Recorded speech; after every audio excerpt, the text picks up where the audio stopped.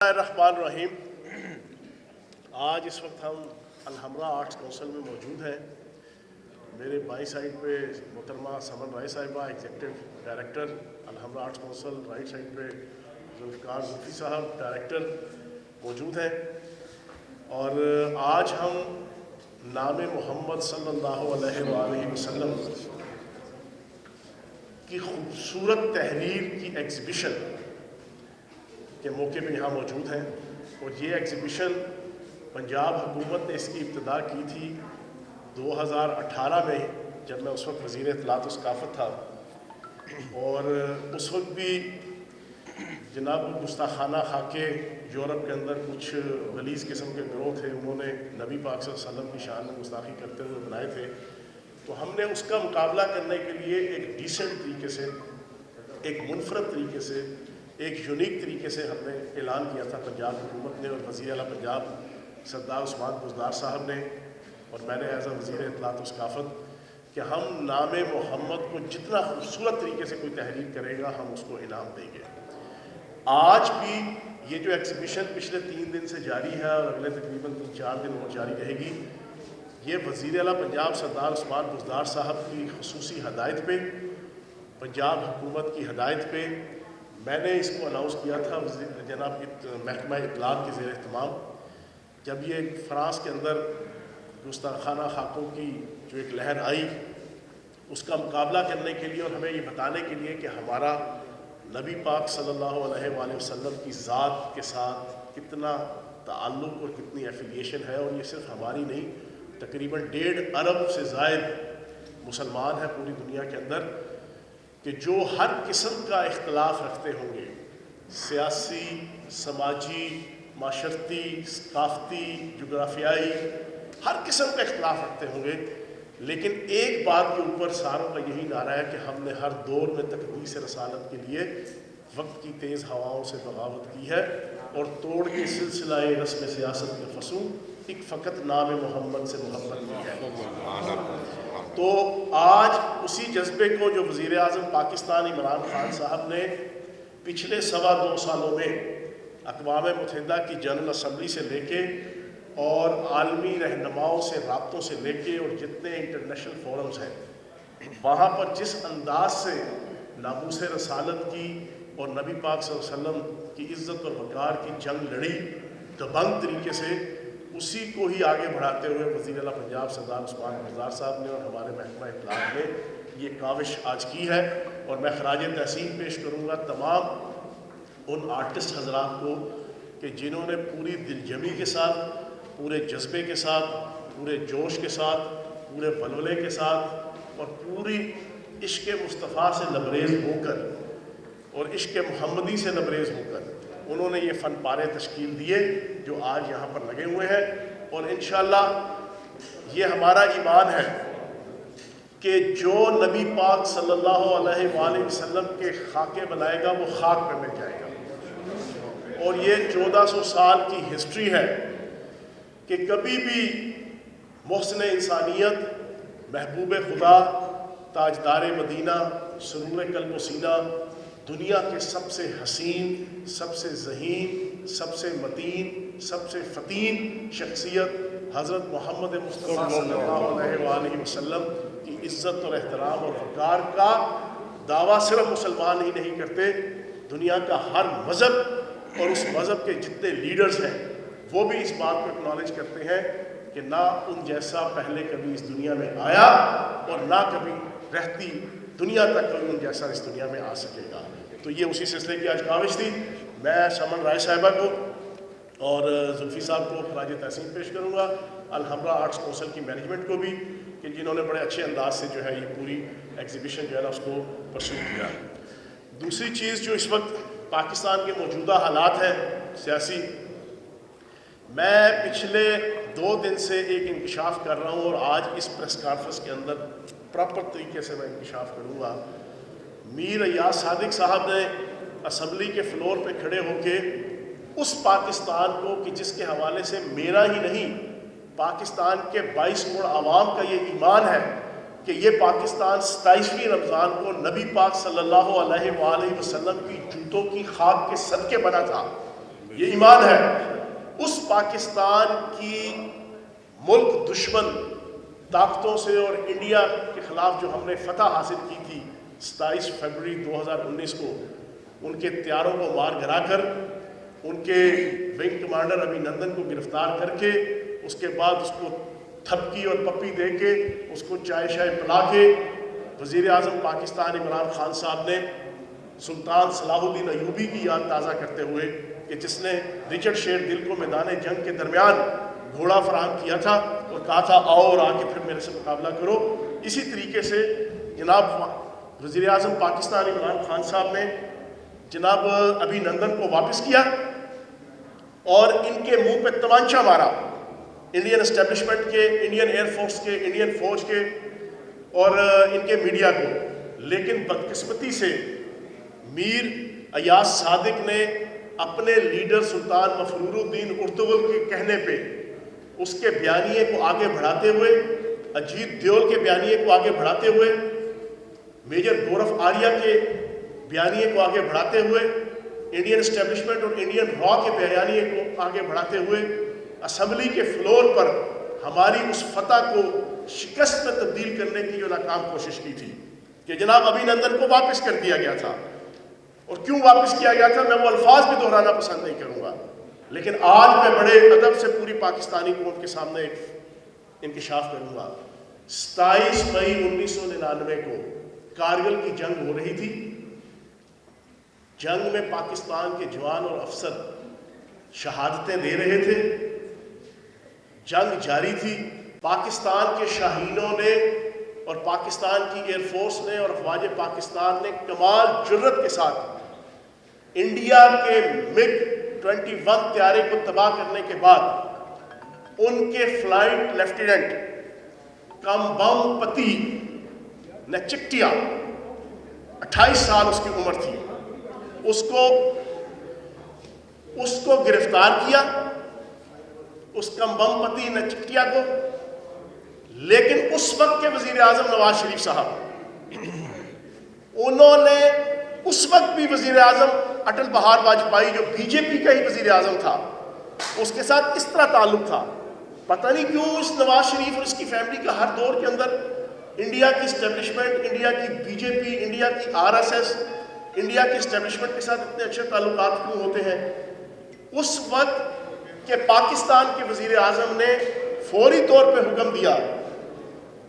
کہ اس پائلٹ کو کوئی پاکستان کی فوجی ایجنسی اپنی کسٹڈی میں نہیں رکھے گی،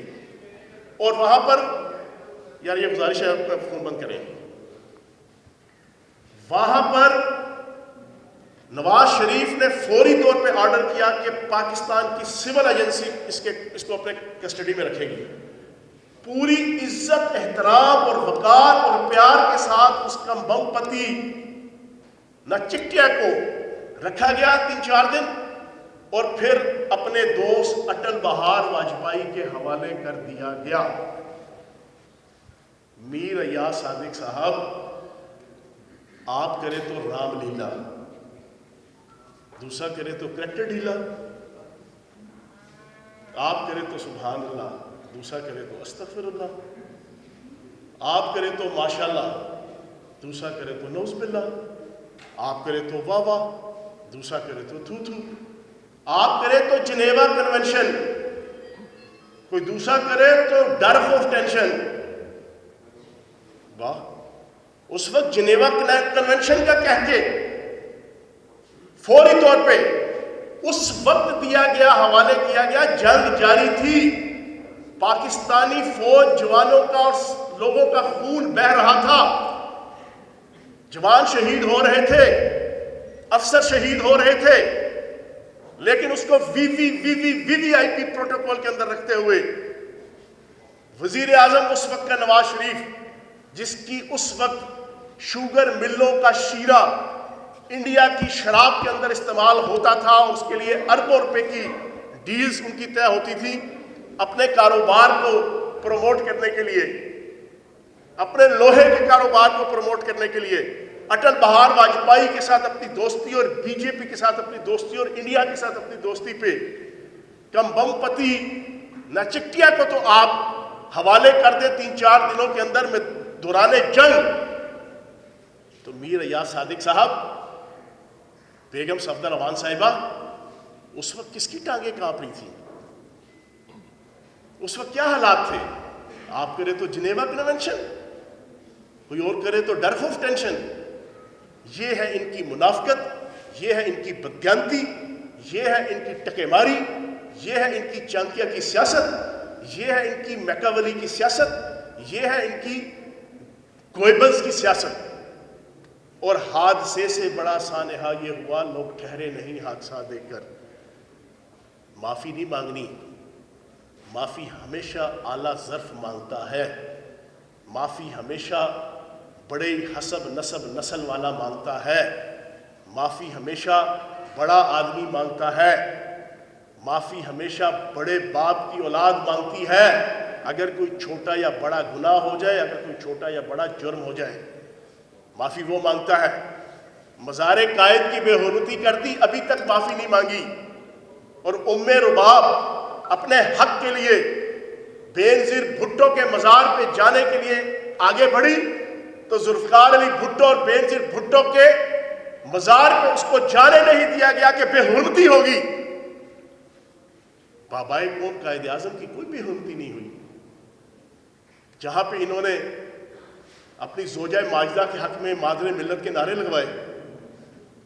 پکڑے گئے تو کہتے ہیں فاطمہ جناح صاحبہ کے حق میں نعرے لگا رہے تھے، کوئی معافی نہیں مانگی۔ پھر اس کے بعد کل پریس کانفرنس کی اسی میر ایاز صادق نے، اسی مولوی فضل الرحمان کے ساتھ، جس مولوی فضل الرحمان کے ابا و اجداد نے اور باپ نے کہا تھا شکر ہے پاکستان بنانے میں ہمارے بزرگوں کا کوئی کردار نہیں تھا، وہ کھڑے ہو کے کہتے ہیں کہ اس نے کم کہا، اسے اس سے زیادہ کہنا چاہیے تھا۔ نہیں جناب، پاکستان کی عوام جان چکی ہے۔ میں تو انڈین چینلز کے اندر مسلسل جاتا ہوں، ریگولر جاتا رہا ہوں، مجھے پتہ ہے۔ اور لاسٹ جو میرے ساتھ ایونٹ ہوا، وہاں پر انڈین را کا سابق ڈائریکٹر تڑیا دیتا رہا میرا مائک بند کر کے۔ اپنی گلی میں کتا بھی شیر ہوتا ہے کہ مزداق، کہ 15 دن سے لے کے 2 مہینے میں دیکھنا ہم پاکستان کے ساتھ کیا کرتے ہیں، ہم بلوچستان میں کیا کرتے ہیں۔ 22 کروڑ پاکستانیوں، آپ کی آنکھ کھل جانی چاہیے۔ یہی زبان سلطان مفرور الدین ارطغرل،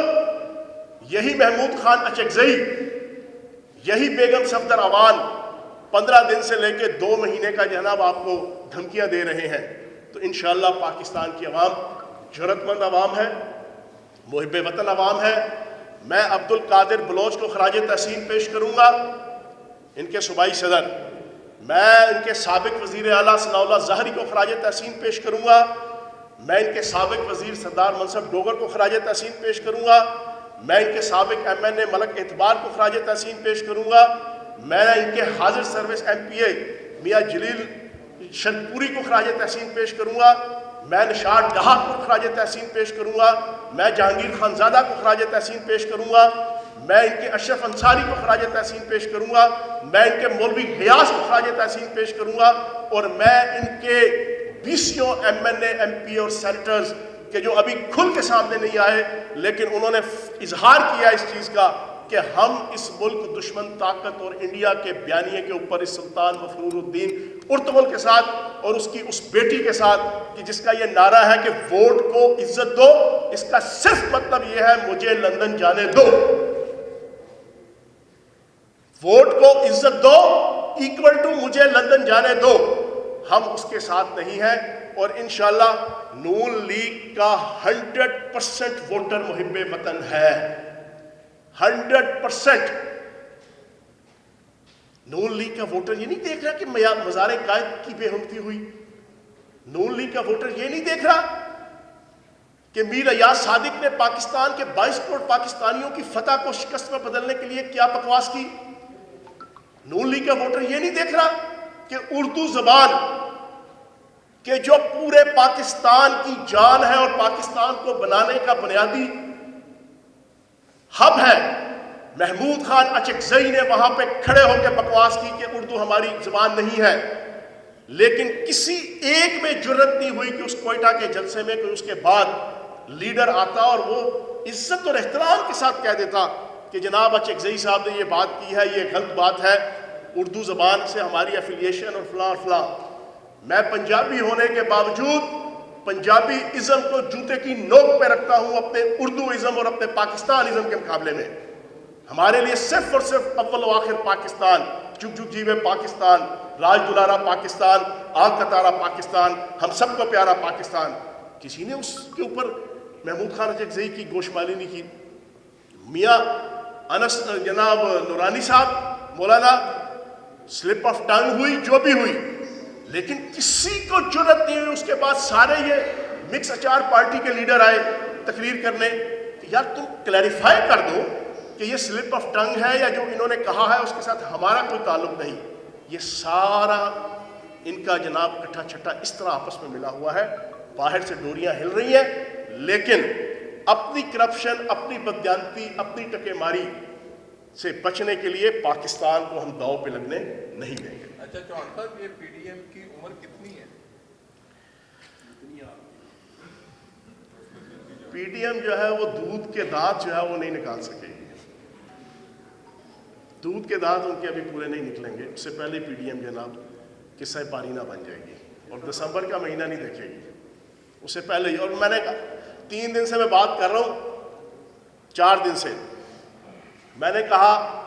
کہ میاں محسن لطیف، میاں احسن لطیف، عباس شریف، نواز شریف، یہ فیملی اکٹھی ہو گئی ہے شہباز شریف صاحب کے اور حمزہ شہباز صاحب کے خلاف. بنیادی وجہ یہ ہے کہ اوقاف کی زمینوں کے نیب کا کیس محسن لطیف اور احسن لطیف پہ ہوا. میاں محسن لطیف کا اور عباس شریف فیملی کا اور نواز شریف فیملی کا اور بیگم صفدر اعوان کا یہ ایمان ہے کہ یہ کیس بنیادی طور پہ حمزہ شہباز پہ بننا چاہیے تھا،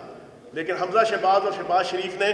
کوئی کمال مہارت کر کے، کوئی جادوگری کر کے اپنے سے اتار کے اس کے سر پہ ڈال دیا. اس بنیاد پہ ان کا سخت اختلاف ہوا ہوا ہے. میں نے یہ بھی پریڈکٹ کیا 4-6 دن پہلے کہ بیگم صفدر اعوان سیریسلی کنسلٹیشن کر رہی ہے الیکشن کمیشن کے اندر پارٹی اپنے نام سے رجسٹر کرانے کی. اب میری ان ساری باتوں کو رد نہیں کیا. وہ ایک رکھی ہوئی ہے انہوں نے جناب ترجمان، وہ بیگم صفدر اعوان کے کہنے پہ ابھی بھی اس پریس کانفرنس کے بعد آئے گی. اس نے یہی کہا کہ بھئی آپ مامے چاچے لگتے ہیں چوہان صاحب آل شریف کے اختلافات کی ہوں گے، یہ نہیں کہا نہیں ہے. اور پھر اس کے بعد آج جو ڈرامہ کیا نا، یہ میری پچھلے 1 ہفتے کی پیشین گوئیوں کے نتیجے میں آج جو حمزہ شہباز صاحب کی اور بیگم صفدر اعوان صاحبہ کا جو ملنا تھا وہ ساری دنیا نے دیکھا ہے. یہ بنیادی طور پر فیاض الحسن چوہان کی جو پریڈکشن تھی اس کا اثر زائل کرنے کی ایک ناکام کوشش تھی. ان کی اپنے گھر کے اندر پھوٹ پڑ گئی ہے، ان کی پارٹی تباہ ہو گئی ہے. اور میں ایک بات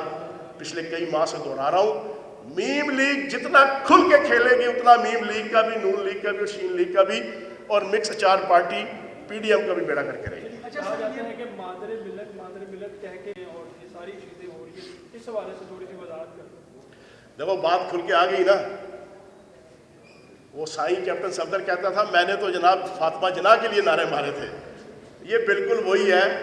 ایک بندہ جناب سمندر کے کنارے کھڑا تھا، اچانک جناب لہروں کا ایک تھپیڑا آیا، وہ اس کو اندر لے گیا. جناب ڈوبنے لگا تو دل ہی دل میں اس نے منت مانگی، اے اللہ مجھے بچا لے گا تو تیرے رستے میں دیکھ دوں گا. دوسرا تھپیڑا آیا، اس نے باہر پھینک دیا. باہر آیا، دل میں کھوٹ آ گیا، دل میں کہتا کیڑی دیکھ. ساتھ ہی تیسرا تھپیڑا آیا، پھر اندر لے گیا. تو وہ بندہ کہتا ہے اللہ بھی ہے، میں تو سوچ رہے سی کیڑی دیکھ مٹھی کے سلونی. ٹھیک ہے نا. یہ ایگزیکٹ صفدر اعوان کی وہی چلاکی تھی. اپنی زوجہ ماجدہ کو سامنے کھڑا کر کے اس کی مادر ملت کے نعرے لگا رہا تھا. پکڑا گیا تو کہتا میں کون سا ان کی کر رہا تھا، میں تو مادر ملت فاطمہ جناح کے نعرے مار رہا تھا. او بھائی کیوں لوگوں کو بیوقوف بناتے ہو؟ ہمیں تمہارے وہ اسمبلی کے اندر بھی وہ کتبے دیکھے ہیں، تمہاری وہ پوری اسٹریٹجی دیکھی ہے، تمہارے وہ نعرے دیکھے ہیں جس کے اوپر تم اس بیگم صفدر اعوان کو مادر ملت بنا کے شو کرتے ہو، تو شرم آنی چاہیے. اچھا یہ بتائیے گا کہ سیاست اپنی جگہ پہ رہی، لاہور کے اندر 200 سے زائد مقامات کو دوبارہ بند کیا جا رہا ہے. اس حوالے سے پنجاب حکومت کا اگر دیکھا جائے تو پچھلے 2 ماہ میں کوئی ریسپانس نہیں نظر آ رہا. اس حوالے سے کیا دیکھیں، کرونا وائرس کے حوالے سے آپ کو پتہ ہے کہ پوری پاکستانی قوم کی جان سب سے پہلے ہے، تو اس کو مد نظر رکھ کے جو ہے وہ وزیر اعلیٰ پنجاب سردار عثمان بزدار صاحب فرام ڈے فرسٹ سے ہر چیز کا جو ہے نا فوری نوٹس بھی لیتے ہیں اور اس کے حوالے سے ایکشن بھی لیتے ہیں. تو یہ جتنی کچھ بھی جو ہے نا وہ پالیسی اسٹریٹجی ہم بنا رہے ہیں،